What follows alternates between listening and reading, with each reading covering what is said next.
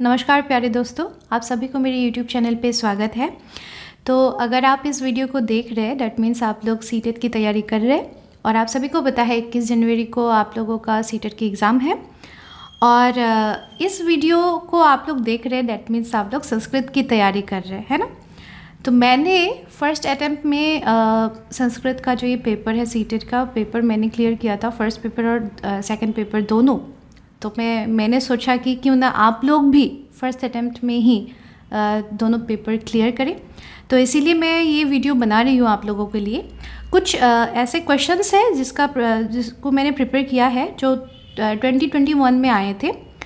और अभी ये ऐसा वक्त है कि आप किसी चीज़ को पढ़ के बहुत बार पढ़ के फिर आप उसका मतलब सीखोगे, ऐसा उतना समय नहीं है। अभी एग्ज़ाम आने वाला है, अब किस चीज़ का समय है? अभी प्रैक्टिस का समय है।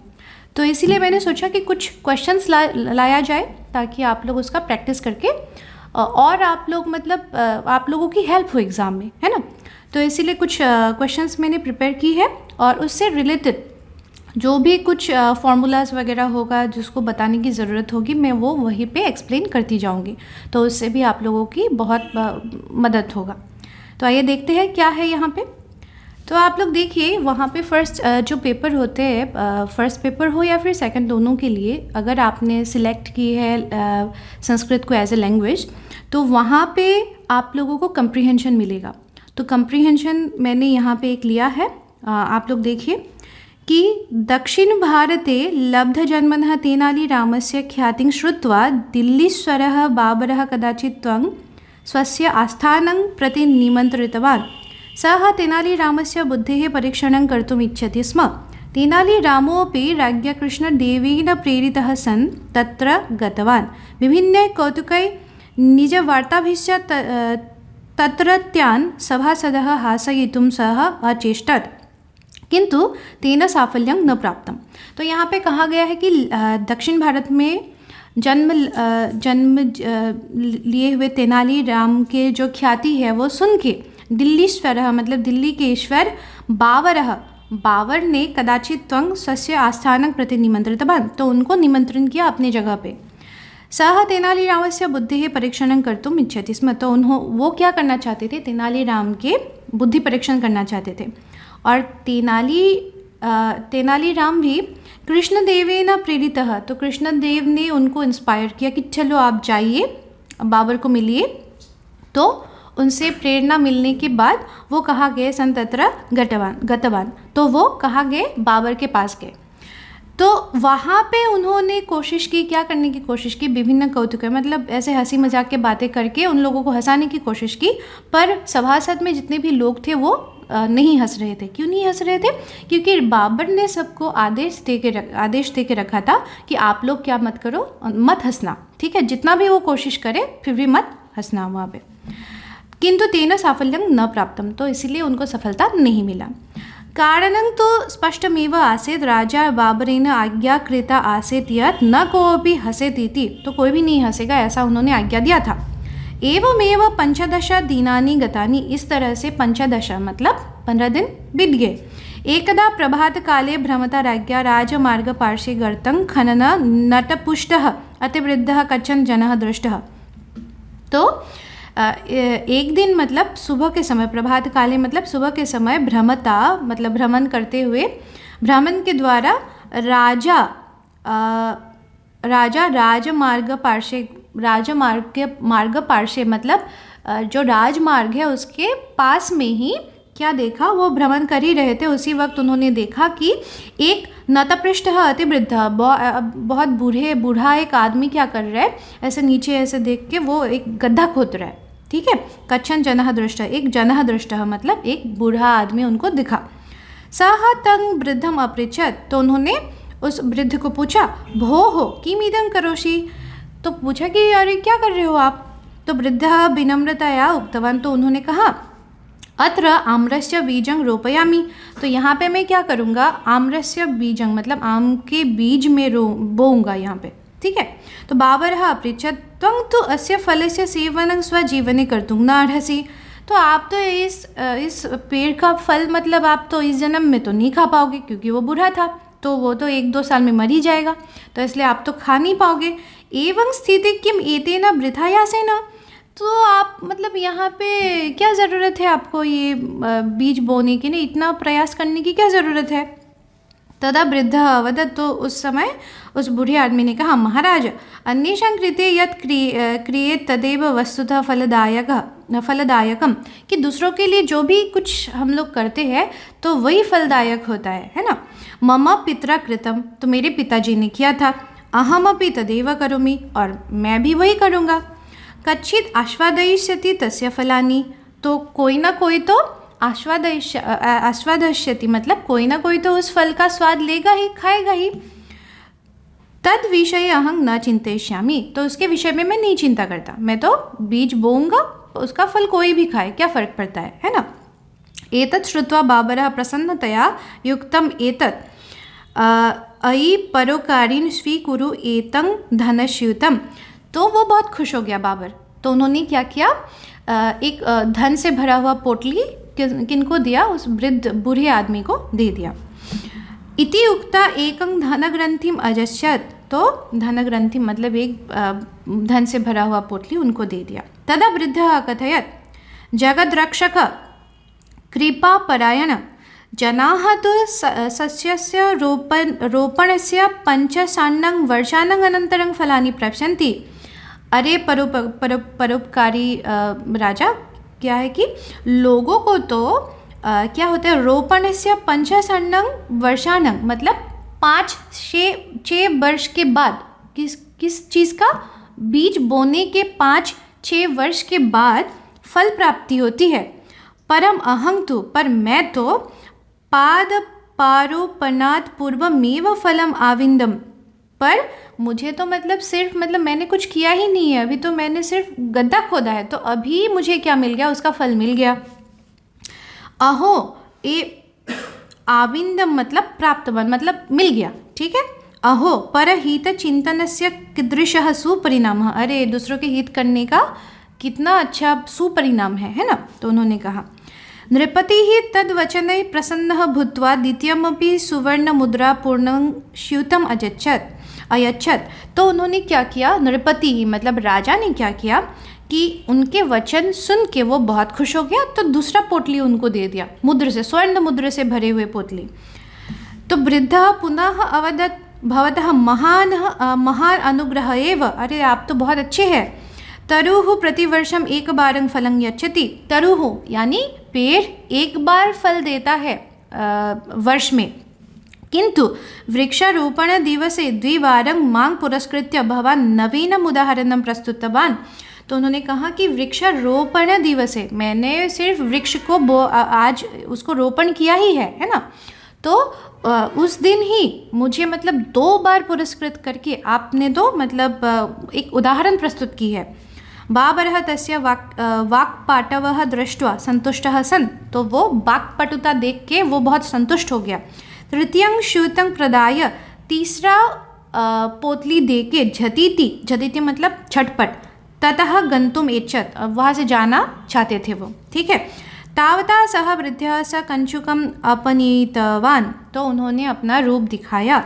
तो अधुना स्वसमक्षं तेनालीरामं दृष्ट्वा, तो अपने समक्ष तेनालीराम को देख के क्या हुआ, आश्चर्यान्वितः भूपतिः तस्य विलक्षणं कौशलं वाक्पाटवं च अंगीकृतवान्।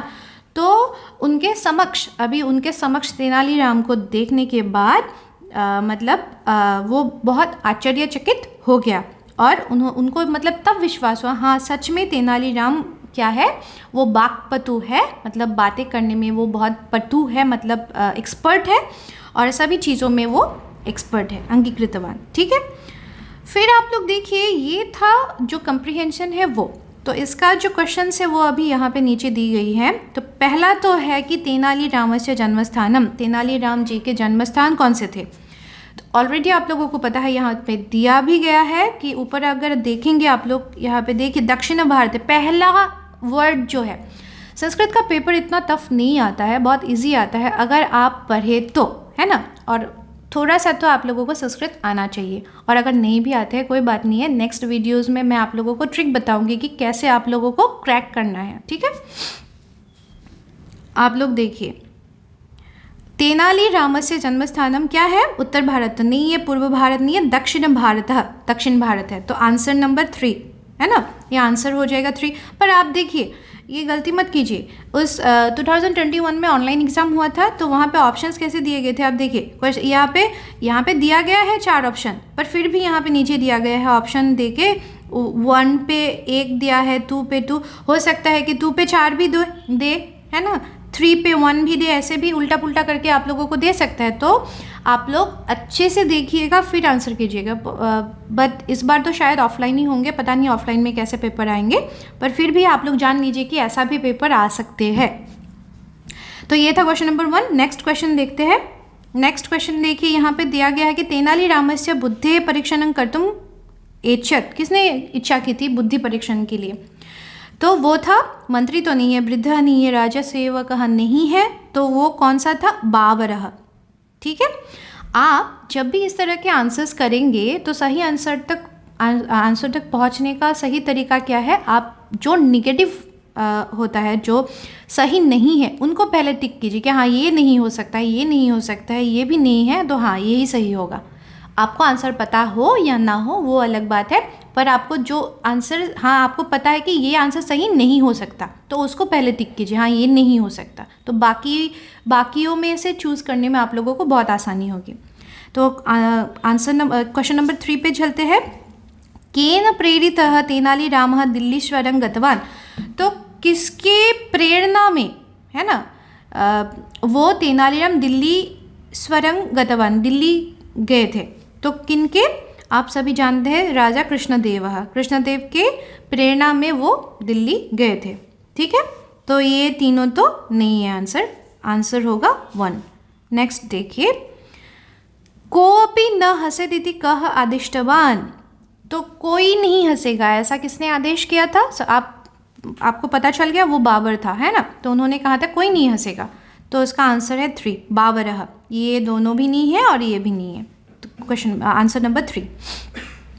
भ्रमता इति पदे का विभक्ति, तो भ्रमता इस पद में कौन सी विभक्ति है? ये तृतीया विभक्ति में आते हैं, ठीक है। कौन से विभक्ति में? भ्रमता शब्द कौन से विभक्ति में आएगा? तृतीया विभक्ति में आते हैं। नेक्स्ट देखिए, वृद्धः राजमार्ग पार्श्वे किं कुर्वन् आसीत्, तो वो बूढ़ा आदमी राजमार्ग के पास में, पार्श्वे मतलब पास में, तो वो क्या कर रहे थे? गर्तं खनन आसीत्, है ना, तो वो गड्ढे खोद रहे थे, किसके लिए? पेड़ लगाने के, पौधा लगाने के लिए, है ना। तो ये 3 गलत है, ये सही है। नेक्स्ट क्वेश्चन देखिए, अविंदम इत्यस्य पर्याय पदम, मैंने जब आप लोगों को वो कंप्रीहेंशन, वो आप पैसेज जब पढ़ा रही थी मैं आप लोगों को, तभी मैंने बताया अविंदम का मतलब क्या होता है? मिलना, है ना, प्राप्तवान। क्या? प्राप्तवान। गतवान नहीं है, कृतवान भी नहीं है, हसितवान भी नहीं है, अविंदम का मतलब होता है प्राप्तवान। वो आप कैसे पता लगाएंगे? कुछ चीज़ों का मतलब हमें पता नहीं होता है, आप सेंटेंस को पढ़िए, उससे क्या आपको मतलब पता लग रहा है वो देखिए, फिर आप आंसर कीजिए, ठीक है। नेक्स्ट देखिए, क्वेश्चन नंबर है, अनुग्रह इति पदस्य पर्याय, अनुग्रह करना, है ना, अनुग्रह करने का जो मतलब होता है 2 अर्थ में आ सकता है। एक तो हो सकता है कृपा, ठीक है, कृपा, किसी पर कृपा करना, और अनुग्रह ये भी, मैं अनुग्रह करती हूँ कि आप मुझे दीजिए, रिक्वेस्ट करना, वो भी हो सकते हैं, ठीक है। और ये 3 यहाँ पे गलत है। नेक्स्ट क्वेश्चन देखिए, प्रदाय इति पदे प्रयुक्तः प्रत्ययः, देखिए अभी एक पैसेज का आंसर करना, अगर आपको संस्कृत नहीं भी आए तो भी आसान है, वर्ड्स को देख के आप लोग कर सकते हैं, सेंटेंस को पढ़ के हाँ यहाँ पे ये वर्ड आ रहा है तो वो आप कर सकते हैं। पर इस तरह के, जैसे प्रदाय शब्द में कौन से प्रत्यय है, इस तरह की चीज़ों को समझने के लिए आपको थोड़ा सा ग्रामर की भी नॉलेज आनी चाहिए, ठीक है, तभी आप कर पाएंगे। यहाँ पे अगर आपको पता ही नहीं है कि लब क्या है, क्षत्रि क्या है, ता क्या है, तुमुन क्या है, तो आप कर नहीं पाएंगे। इस तरह के क्वेश्चंस का आंसर तभी कर पाएंगे जब आपको ग्रामर का थोड़ा सा नॉलेज होगा, ठीक है। तो आप देखिए प्रदाय शब्द में लास्ट में देखिए य आ रहा है, तो इस तरह के प्रदाय, विहाय, है ना, इस तरह के जो उपसर्ग से शुरू होने वाले शब्द होते हैं उनमें लगते हैं ल्यप प्रत्यय, ठीक है, ल्यप प्रत्यय। और ल्यप और त्वा प्रत्यय का मतलब होता है करने के लिए, प्रदाय प्रदान करने के लिए, है ना, सॉरी, करके, प्रदाय मतलब प्रदान करके, कृत्वा मतलब करके, ठीक है। तो प्रदान करके दोनों का ल्यप और त्वा दोनों का मतलब होता है करके, देके, है ना। पर बात ये है कि ल्यप प्रत्यय यूज होते हैं उपसर्ग के साथ। देखिए प्रदाय शब्द में प्र उपसर्ग है, दा धातु है और ल्यप प्रत्यय है, ठीक है। और बिना उपसर्ग वाले शब्दों में त्वा प्रत्यय का प्रयोग होता है। ये आशा करती हूँ आप लोगों को थोड़ा सा समझ में आ गया होगा। फिर आप देखिए तो प्रदाय शब्द में कौन सा प्रत्यय प्रयुक्त हुआ है, तो आंसर होगा ल्यप प्रत्यय नंबर 1 वाला, ठीक है। नेक्स्ट देखिए क्वेश्चन है, नेक्स्ट आप लोगों को एक कुछ श्लोक दी गई है तो उससे रिलेटेड कुछ क्वेश्चंस आएंगे। तो 2 चीज़ें होती है, एक तो होता है पैसेज और एक होता है आप लोगों को पोएम देंगे या फिर श्लोक, ज़्यादातर श्लोक देते हैं, ठीक है। तो आप लोग देखिएगा इस तरह के जो श्लोक्स वगैरह होता है उसको थोड़ा सा समझना थोड़ा कठिन होता है अगर आपने पहले से नहीं पढ़ के रखा है तो। फिर भी वर्ड्स को देख के आप उसका आंसर कर सकते हैं। यहाँ पे देखिए ये हम लोग आंसर करते करते समझ लेते हैं, ठीक है, तो ज़्यादा आसानी होगी। यहाँ पे देखिए क्वेश्चन नंबर 1 पे दिया गया है कि समर्थः किं न गणयति, समर्थवान लोग जो होते हैं वो क्या गणना नहीं करते हैं, क्या, दुखम, सुखम, अतिभारः, व्ययम। हम लोग देखते हैं कि ये जो समर्थ शब्द है ये कहाँ पे है, यहाँ पे देखिए, कोतिभारः समर्थानं किं दूर व्यवसायिनां, को विदेशः सविद्यानं कः परप्रियवादिनं, ठीक है। तो इसका मीनिंग ये है कि जो समर्थ लोग होते हैं, जो आप कह सकते हैं जो कर्मयोगी है, काम करना पसंद करते हैं, तो उनके लिए अतिभार यानी भारी कोई भी चीज़ नहीं होते हैं, वो किसी भी चीज़ का भार उठा सकते हैं, ठीक है। भार उठाने का मतलब ये नहीं है कि सिर्फ वो बोझ ढोते रहेंगे, ठीक है। इसका मतलब ये है कि वो किसी भी तरह के काम कर सकते हैं और जितना भी प्रेशर उन पे दिया जाए वो हैंडल कर सकते हैं, ठीक है। तो यहाँ पे कहा गया कि समर्थः किं न गणयति, क्या गणना नहीं करते, किस चीज़ के बारे में नहीं सोचते हैं, तो वो है अतिभारः, कि बहुत ज़्यादा भार हो गया है मुझ पे, है ना, इस तरह के नहीं सोचते हैं, ठीक है। तो नेक्स्ट क्वेश्चन देखते हैं, क्वेश्चन नंबर 2। राजा कुत्र पूज्यते, राजा को कहाँ पे पूजा जाता है, तो आप देखिए यहाँ पे है विद्वत्तं च नृपत्तं च नैव तुल्यं कदाचन। तो विद्वान और राजा को कभी भी आप तुलना नहीं कर सकते। स्वदेश से पूज्यते राजा, राजा सिर्फ अपने देश में पूजा जाता है, विद्वान सर्वत्र पूज्यते, ये तो आप सभी को पता है कि विद्वान को सभी जगह में पूजा जाता है, पर अपने जगह पे राजा को सिर्फ उनके राज्य में ही किया जाता है, पूजा जाता है, ठीक है। तो इसीलिए राजा को कहाँ पूजा जाता है, तो वो होगा स्वदेशे, ये नंबर 2 आंसर होगा, ठीक है। नेक्स्ट देखिए, उपदेशेन को न परिवर्तते, उपदेश के द्वारा कौन परिवर्तित नहीं होता है, किसके स्वभाव, बता ही दिया मैंने, क्या परिवर्तन नहीं होता है। तो यहाँ पे ऑलरेडी आप लोगों का दिया गया है, मैं बता देती हूँ। स्वभावनोपदेशेन शक्यते कर्तुमन्यथा सुतप्तमपि पानीयं पुनर्गच्छति शीततम। तो कहाँ है, स्वभाव उपदेश से क्या नहीं होता है, वो चेंज नहीं होता है, ठीक है। कितना भी आप कोशिश कर ले, किसी चीज़ को सुधारने के लिए आप किसी को उपदेश देते रहेंगे, वो खुद नहीं सुधारना चाहेंगे तो आप कभी भी सुधार नहीं सकते हैं। जैसे क्या कहा गया है, सुतप्तम अभी मतलब पूरा बॉइल्ड जो पानी होता है, पूरा गर्म उबले हुए पानी, वो तब तो बहुत गर्म रहता है ना, पर फिर वो शीतल हो जाता है, फिर ठंडी पड़ जाती है, वो चेंज नहीं होता है। पानी तो ठंडा ही होता है, उसको गर्म करने पे वो गर्म होता है ना। तो इसीलिए तो उसका जो नेचर है वो कभी भी चेंज नहीं होता है, ठीक है। तो इसीलिए हम इसका आंसर की क्या लिखेंगे, स्वभावः, ठीक है। नेक्स्ट देखिए क्वेश्चन क्या दिया गया है कि सूर्योदये कस्याः कान्तिः न भाति, कान्तिः न भाति। तो सूर्योदय के समय किसकी कांति नहीं रहती है, ठीक है। तो देखते हैं क्या है इसका मतलब, कहाँ पे है, हाँ यहाँ पे देखिए, गुणवत्तर पात्रेण छाद्यन्ते गुणिनां गुणः रात्रौ दीपशिखा कांतिः न भानुर्उदिते सति। भानु मतलब सूर्य। तो यहाँ पे कहा गया है कि एक गुणवान व्यक्ति है, उनके गुण, और उसी वक्त वहाँ पे उनसे भी एक कोई और विद्वान एक व्यक्ति आ जाते हैं। एक व्यक्ति वहाँ पे है, वो भी विद्वान है, पर उनसे ज़्यादा एक कोई विद्वान व्यक्ति अगर वहाँ पे आ जाता है, तो जो कम विद्वान व्यक्ति थे, गुणवान व्यक्ति थे, उनके जो गुण है वो थोड़ा सा फीका पड़ जाता है, ठीक है। जैसे रात्रि के समय दीपशिखा कांति, तो जो द्वीप के जो शिखा मतलब द्वीप के जो रोशनी होती है वो रात के समय बहुत चमकता है ना। पर भानुरुदिते सति न मतलब कांति न मतलब उसका जो कांति है ना, वो जब सूर्य उदय होता है तो इतना नहीं रहता है, वो दिखता भी नहीं है, ठीक है।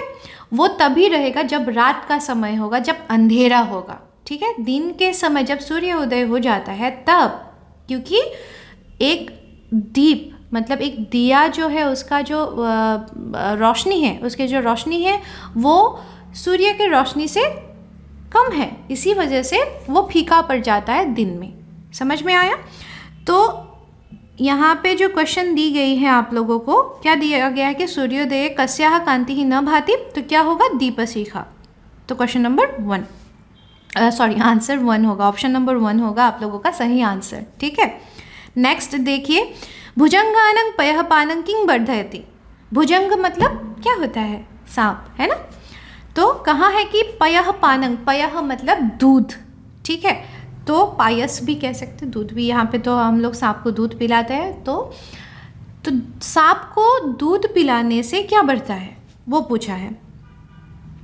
तो यहाँ पे एक श्लोक दिया गया है, देखिए, उपदेशो ही मूर्खाणां प्रकोपाय न शांतये पयः पान भुजंगानं केवलं विषवर्धनम। अर्थात उपदेश से मूर्ख लोगों के क्या नहीं होता है, प्रकोपाय न शांतये। उपदेश एक मूर्ख व्यक्ति के जो गुस्सा है उसको कम नहीं कर पाते, वो गुस्सैल ही रहेगा वो, है ना। ठीक उसी तरह अगर आप किसी सांप को दूध पिलाते हो तो उससे अमृत नहीं बन जाएगा, उससे क्या बढ़ेगा, विष बढ़ेगा। सांप जब सांप में तो विष होता है ना, तो वही बढ़ेगा, उससे वो अमृत नहीं बन जाएगा, ठीक है। समझ में आया। तो यहाँ पे जो क्वेश्चन आप लोगों को दी गई थी कि भुजंगानं पयः पानं किं वर्धयति, तो क्या बढ़ता है, विषम। तो answer number 3, option number 3 sorry. केशां कोपरि परः न भवति, सॉरी कोपि केशां कोपि परः न भवति, कि किसके लिए कोई भी परः मतलब अन्य नहीं है, मतलब दूसरा नहीं है, किसी के लिए भी पराया नहीं है कोई। अभी देखिए यहाँ पे कोपि में यहाँ पे एस टाइप का एक आप लोगों ने ये वर्ण देखा है। तो कुछ दिन पहले किसी ने मुझे कमेंट किया था कि ये एस टाइप का चीज़ क्या होता है मैम, तो मैंने उनको बताया कि इसको ना अवग्रह कहते हैं। क्या कहते हैं, अवग्रह कहते हैं, ठीक है। और इसका जो प्रोनाउंसिएशन होता है, उच्चारण होता है, वो कैसा होता है, अ के जैसा होता है। तो को अपि, ठीक है, को अपि परः न भवति, ठीक है। यहाँ पे अ नहीं है, पर एस के तरह जो ये अवग्रह है उसका उच्चारण कैसा होता है, अ के जैसा होता है। तो इसीलिए मैंने इसको कैसे प्रोनाउंस किया, कैसे उच्चारण किया, को अपि परः न भवति, कोई भी पराया नहीं होता है, किसके लिए। यहाँ पे देखिए, अगर मैं आप लोगों को वो वर्ड्स मतलब वो जो श्लोक है वो नहीं दिखाऊं, फिर भी आप लोग बता सकते हैं। समर्थानम तो नहीं है, व्यवसायिनम नहीं है, सविद्यानम नहीं है, प्रियवादिनम, मतलब जो अच्छे से बात करते हैं, जो बहुत मीठा बोलता है, उनके लिए तो कोई पराया है ही नहीं, है ना, सभी अच्छे हैं। तो इसलिए मीठा बोला कीजिए आप लोग। फिर भी मैं आप लोगों को यहाँ पे जो श्लोक है वो दिखा देती हूँ। श्लोक का मीनिंग भी पता चल जाएगा आप लोगों को। देखिए कहाँ है ये वाला। कोटि भारः समर्थानं किं दूरं व्यवसायिनं को विदेशः सविद्यानं कः परः प्रियवादिनम्। अर्थात समर्थ लोग के लिए कोई भार नहीं है, थोड़ी देर पहले बताया। किंग दूरम व्यवसायिनम, एक व्यवसाय के लिए, बिजनेसमैन के लिए दूर कुछ भी नहीं है। उनको व्यवसाय के लिए, वाणिज्य के लिए उनको जाना ही पड़ेगा, दूर दूर दूर तक जाना पड़ेगा, और ये सदियों से चली आ रही है। को विदेशः सविद्यानं, अर्थात जो विद्वान व्यक्ति है उनके लिए विदेश कोई भी नहीं है। क्यों? क्योंकि जैसे फॉर एग्ज़ाम्पल किसी को इंग्लिश आती है, फ्रेंड्स भी आती है, ठीक है, तो वो कोई भी फॉरेन कंट्री में जाएगा जहाँ पे इंग्लिश बोली जाती हो, तो वो अच्छे से बोल पाएंगे, उनके साथ घुल मिल पाएंगे। फ्रेंड्स अगर उनको आती है तो फ्रेंड्स जाएगा तो उनको वो सब चीज़ें समझ पाएंगे, उनके साथ घुल मिल जाएंगे, है ना, उनको कोई भी दिक्कत नहीं होगा। ये सिर्फ एग्जाम्पल के लिए है, बताया है। इसका मतलब ये नहीं है कि इंग्लिश और फ्रेंड्स आना ही चाहिए, है ना, नहीं आने से भी हो जाएगा, है ना। हम भारत देश में रह रहे, कुछ भी आप हिंदी अच्छे से बोलनी आनी चाहिए, और दूसरों की भाषा भी आपको मतलब आप सीख जाए तो अच्छा है, नहीं आए तो भी कुछ बात नहीं है, कोई बात नहीं है। नेक्स्ट देखिए,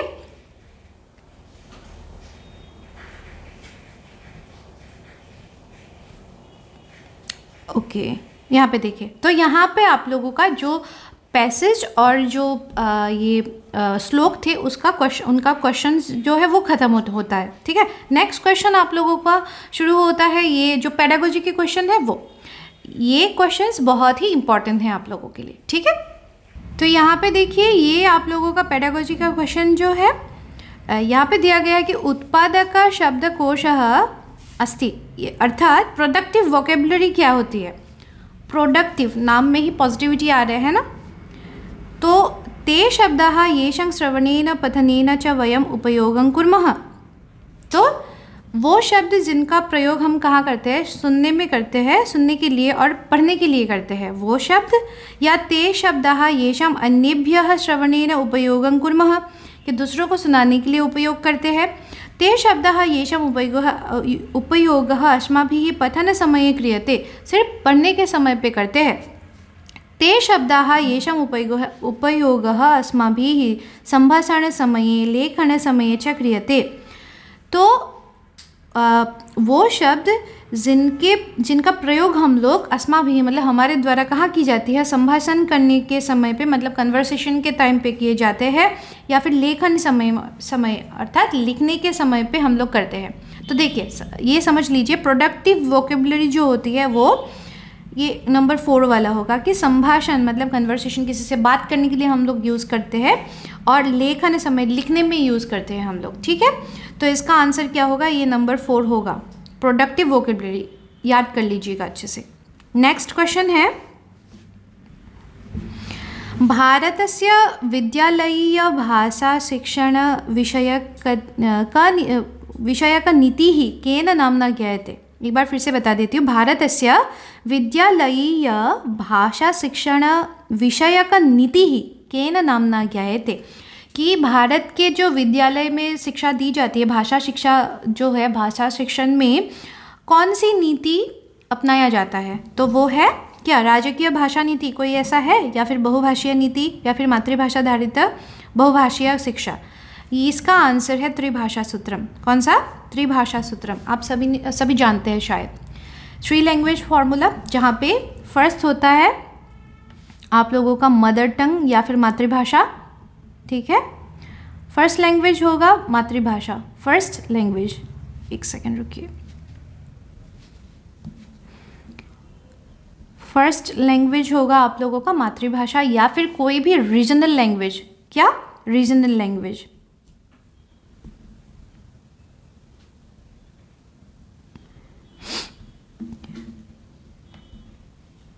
और नेक्स्ट जो सेकंड लैंग्वेज होता है, सेकंड लैंग्वेज होता है आप लोगों का जो हिंदी भाषी क्षेत्र है, तो हिंदी भाषी क्षेत्र के लिए उन लोगों के लिए हो जाएगा इंग्लिश, या फिर कोई अन्य भारतीय भाषा, ठीक है, अन्य आधुनिक भारतीय भाषा। और जो जहाँ पे गैर हिंदी भाषी क्षेत्र है, जैसे मैं कहाँ से हूँ, असम से हूँ, ठीक है, मैं असमीज़ हूँ और हमारे यहाँ पे असमीज़ बोली जाती है। तो हमारे जैसे क्षेत्र के लिए क्या होगा, हमारे जैसे क्षेत्र के लिए होगा हिंदी या फिर इंग्लिश, इन दोनों में एक चूज़ करना पड़ेगा हम लोगों को, ठीक है। हमारे जैसे जगह के लिए, गैर हिंदी भाषी क्षेत्र के लिए क्या है, हिंदी या फिर इंग्लिश। और जो थर्ड लैंग्वेज है, ठीक है, फर्स्ट लैंग्वेज हो गया मदर टंग या फिर रीजनल लैंग्वेज, सेकंड हो गया इंग्लिश या अन्य भारतीय भाषा, और थर्ड लैंग्वेज क्या हो जाएगा, अगर आपने सेकंड लैंग्वेज में इंग्लिश ली है, ठीक है, तो दूसरा आप क्या पढ़ेंगे, हिंदी पढ़ेंगे, ठीक है। तो हिंदी भाषी क्षेत्र के लिए हो जाएगा इंग्लिश और अन्य भारतीय भाषा, ठीक है।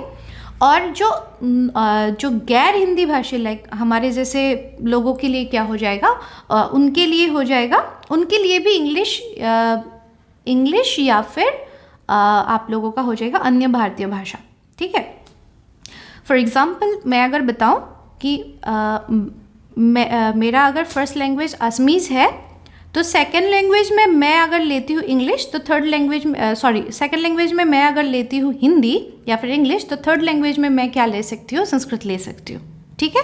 तो इस तरह से आप लोगों का डिविजन्स होते हैं त्रिभाषा सूत्र में, ठीक है।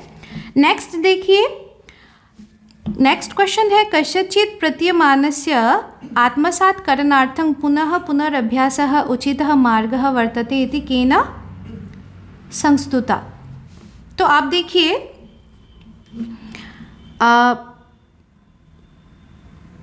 यहाँ पे देखिए कहा गया है कि कस्यचित् प्रतीयमानस्य, किसी चीज़ को समझने के लिए, आत्मसात् करणार्थं पुनः पुनरभ्यासः, मतलब बार बार अगर मैं अभ्यास कर रही हूँ, बार बार अभ्यास कर रहे हैं, तो उचितः मार्गः वर्तते इति केन प्रस्तुता, किसने कहा कि ये उचित मार्ग है, किस फॉर्मूला का उचित मार्ग है। तो इसका आंसर है श्रवण भाषण वादेन, ऑडियो लिंग्विलिज्म जो है इसका सही आंसर है, ठीक है।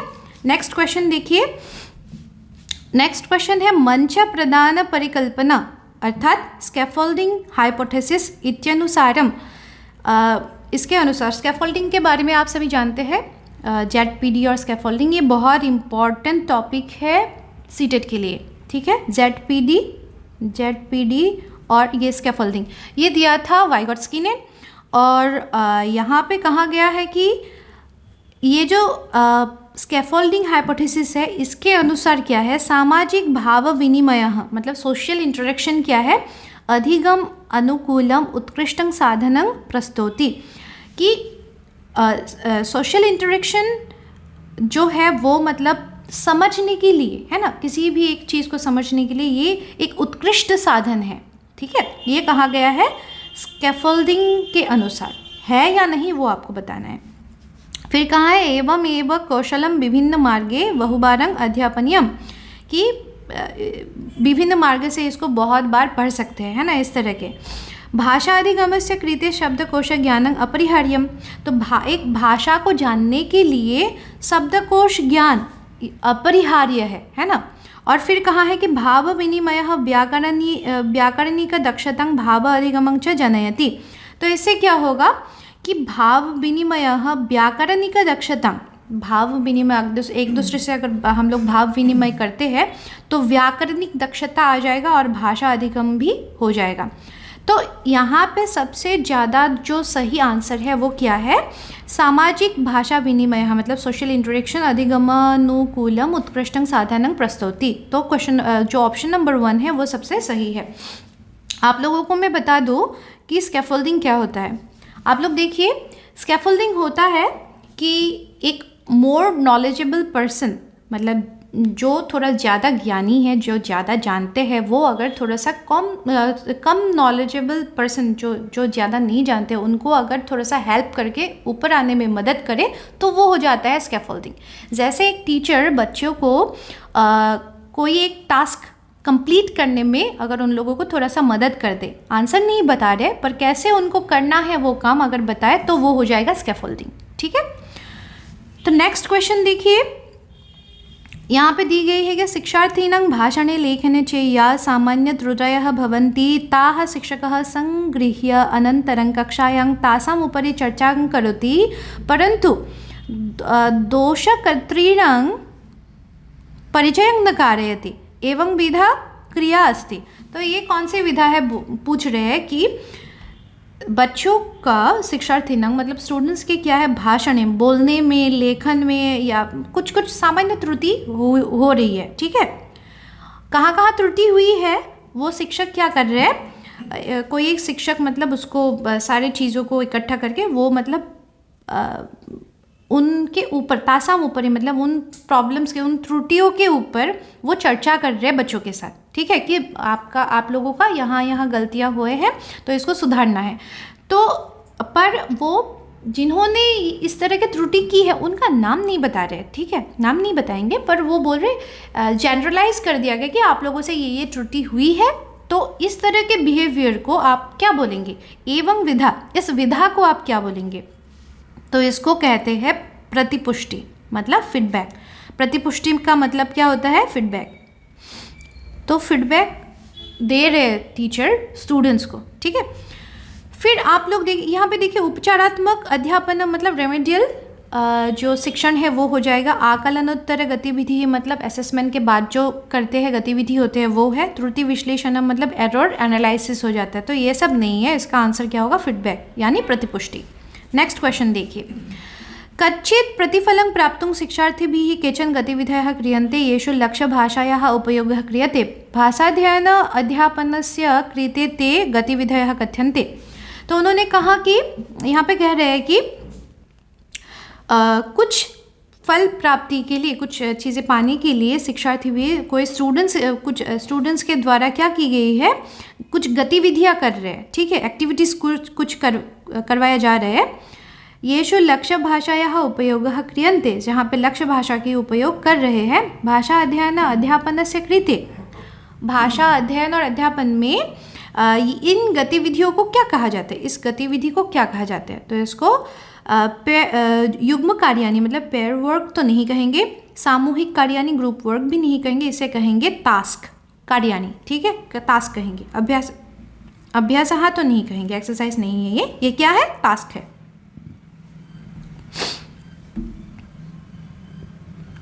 यहाँ पे देखिए नेक्स्ट क्वेश्चन है, काचित् अध्यापिका चतुर्णां छात्राणां समूहान् निर्माति। तो वो एक अध्यापिका है, वो क्या कर रहे हैं, 4 बच्चों का एक ग्रुप बना रहे हैं। सा तान् पाठ्यं कथां पठितुं सारांशं च निर्मातुं कथयति। तो वो क्या कह रहे हैं कि आप क्या कीजिए, एक पाठ उन्होंने पढ़ाया और बोला कि इसका सारांश मतलब समरी लिखने को लिए कहा उन लोगों को खुद से। यदा छात्राः समूहेषु कार्यरता सन्ति, तो जब बच्चे सभी एक साथ काम कर रहे थे, अध्यापिका आवश्यकतानुसारं, तो अध्यापिका ने क्या किया, आवश्यकता अनुसार तेषां सहायतां करोति, तो उन लोगों का सहायता की। पश्चात सा छात्रान् संपूर्णायां कक्षायां प्रस्तुतं कथयति, और फिर बाद में सारे कक्षा में उनको बोलने के लिए कहा। अयं क्रियाकलापः किं कथ्यते, तो इस तरह के क्रियाकलाप को क्या कहा जाता है। तो थोड़ी देर पहले मैंने आप लोगों को कहा कि कोई एक टीचर अगर बच्चों को कोई एक टास्क पूरा करने में थोड़ा सा हेल्प कर रहे है ना, तो उसको क्या कहा जाता है, स्कैफोल्डिंग। तो यहाँ पे सीधा जो आंसर है वो क्या है, नंबर 2, स्कैफोल्डिंग। नेक्स्ट देखिए, अर्थ निगमनम इन्फरिंग मीनिंग किंग भवति, है ना। इन्फरिंग मीनिंग इसका मतलब क्या होता है, तो इसका मतलब ये होता है जब आप किसी यहाँ पे देखिए, साक्षाणां तर्काणां च आधारे अर्थस्य निगमनम, मतलब जब इसका आंसर होगा फर्स्ट वाला ऑप्शन जो है वही होगा। जब आप किसी एविडेंस के आधार पर, किसी चीज़ के आधार पर जब आप कुछ चीज़ें बताते हैं तो उसको क्या कहते हैं, इन्फरिंग मीनिंग कहते हैं, अर्थ निगमन कहते हैं। ठीक है, तो इसका पहला जो ऑप्शन है वही सही ऑप्शन हो जाएगा। नेक्स्ट देखिए, छात्रेषु पठनस्य विकासस्य उद्देश्यसु किम नास्ति। तो यहाँ पे देखिए नास्ति निगेटिव, दैट मीन्स है ना, नास्ति शब्द जब आ जाएगा, निगेटिव जब आ जाएगा तो थोड़ा सा केयरफुल होकर आप लोगों को क्वेश्चन आंसर्स करना पड़ेगा। ठीक है, यहाँ पे देखिए पाठ्यस्य वाचने निगमनात्मकं अर्थस्य ज्ञानम, पाठ्य विषयस्य पठने आत्मनः सह पूर्व ज्ञानेन संबंध स्थापनम। यहाँ पे सब पॉजिटिव ही दे रहे। पाठ्य से केवलम कूतार्थ ज्ञानम, केवलम ये वर्ड एकदम निगेटिव है। जब भी किसी भी क्वेश्चन में आप लोगों को केवल इस तरह के वर्ड आ जाए ना बीच में, तो आप लोग समझ जाना कि वही उसका आंसर होगा, वो निगेटिव होता है हमेशा। ठीक है, तो यहाँ पे देखिए, यहाँ पे हम लोगों को क्या निगेटिव है वो कहा था, नास्ति कहाँ है, कौन सा उद्देश्य नहीं है, और यहाँ पे यहाँ पे देखिए केवल, ये हमेशा निगेटिव होता है, तो दोनों निगेटिव है, तो यही वाला क्या है, आंसर हो जाएगा। फिर देखिए नेक्स्ट क्वेश्चन, मीना एन्वाइसेस इति शब्दं पाठ्यविषये भाषितं वा परिचेतुं शक्नोति, परन्तु सा इमं शब्दं स्वयं प्रयोक्तुं न शक्नोति। एनं शब्दावलिं त्वं किं कथयिष्यसि। तो कहा है कि एन्वाइसेस, ये शब्द जो है, मीना इस शब्द को क्या पढ़ तो पाती है, ठीक है, भाषितम वो बोल पाती है, वो जानती भी है, परिचेतुं शक्नोति वो पहचान भी जाती है, पर इस शब्द को वो प्रयोग नहीं कर पाती है वाक्य में। ठीक है, तो इस तरह की चीज़ों को आप लोग, इस तरह के शब्दों को आप लोग क्या बोलेंगे। ठीक है, आप क्या बोलेंगे, तो इस तरह के शब्दों को आप क्या बोलेंगे, सुप्त यानी पैसिव शब्दावली बोलेंगे। एक्टिव शब्दावली वो होंगे जो एक्टिवली यूज़ कर रहे हैं, वो जानते हैं, मीनिंग भी जानते हैं, वाक्य में उसका प्रयोग करना भी जानते हैं, है ना। कठिन शब्द तो इसको तो प्रोनाउंस ही नहीं कर पाएंगे, है ना। और नवीन शब्द ये तो नए शब्द होंगे, है ना। तो इसीलिए इसका सही आंसर क्या होगा, पैसिव, यानी वो जानते तो है, समझ भी रहे, पर उसको वाक्य में प्रयोग नहीं कर पा रहे। ठीक है, आधा आधा जान चुके हैं, आधा आधा नहीं, तो वो क्या कहलाएंगे, पैसिव वर्ड। नेक्स्ट क्वेश्चन, एका शिक्षिका अधोलिखितं गतिविधिं प्रतिदिनं विदधाति, सा पंच विद्यार्थिनां समूहान् निर्माय कक्षायां विभाजनं करोति। तो वो क्या करती है, 5 स्टूडेंट्स का एक समूह निर्माण करती है हमेशा। सा तान् समूहे सम्भाषणकरणाय प्रतिदिनं काचित् विषयान् प्रददाति।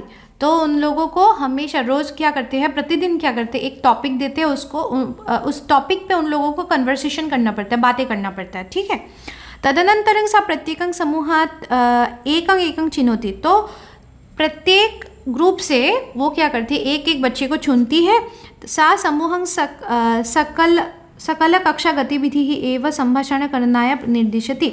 तो क्या हो रहा है, वो फिर बोलने के लिए बोलती है, मतलब क्लास में। ठीक है, एतेन सा किं संवर्धयितुं प्रयतते। तो इससे वो क्या करना चाहती है, क्या बढ़ाना चाहती है बच्चों में। ठीक है, यहाँ पे देखिए 2 चीज़ है, एक है BICS बिक्स और एक है CALP कल्प। तो यहाँ पे देखिए बिक्स का मतलब होता है बेसिक इंटरपर्सनल कम्युनिकेटिव स्किल्स। ठीक है, इसका मतलब क्या होता है, basic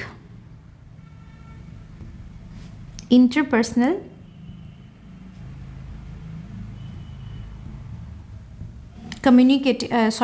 communicative skill.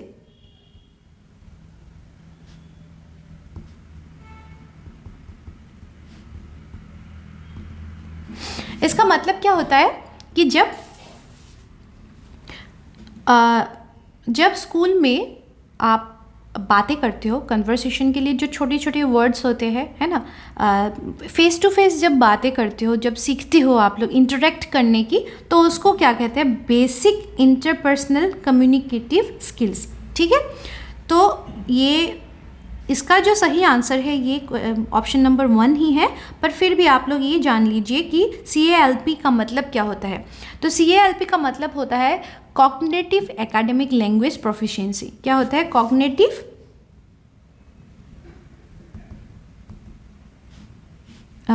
Academic, CALP language हो जाएगा प्रोफिशिएंसी।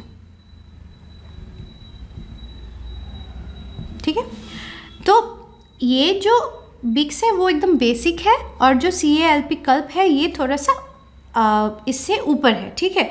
तो आप बिक्स सीख जाएंगे तो ही आप कल्प सीख सकते हैं। दैट मीन्स जैसे फिज़िक्स केमिस्ट्री के बुक्स में कुछ ऐसे फार्मूलाज वगैरह होते हैं, कुछ ऐसे लैंग्वेज होते हैं जो आप मतलब समझ नहीं पाते हैं इजीली, है ना, तो वो थोड़ा ऊपर लेवल का हो जाता है और बिक्स जो है वो बेसिक लेवल का हो जाता है, ठीक है। तो इस तरह के क्वेश्चंस आ सकते हैं आप लोगों के एग्जाम में। तो नेक्स्ट क्वेश्चन देखें। नेक्स्ट क्वेश्चन है अध्ययन अध्यापन क्रमे विद्यार्थी प्रगति वर्धनाय निरीक्षणाय च प्रकल्पितं आकलनम।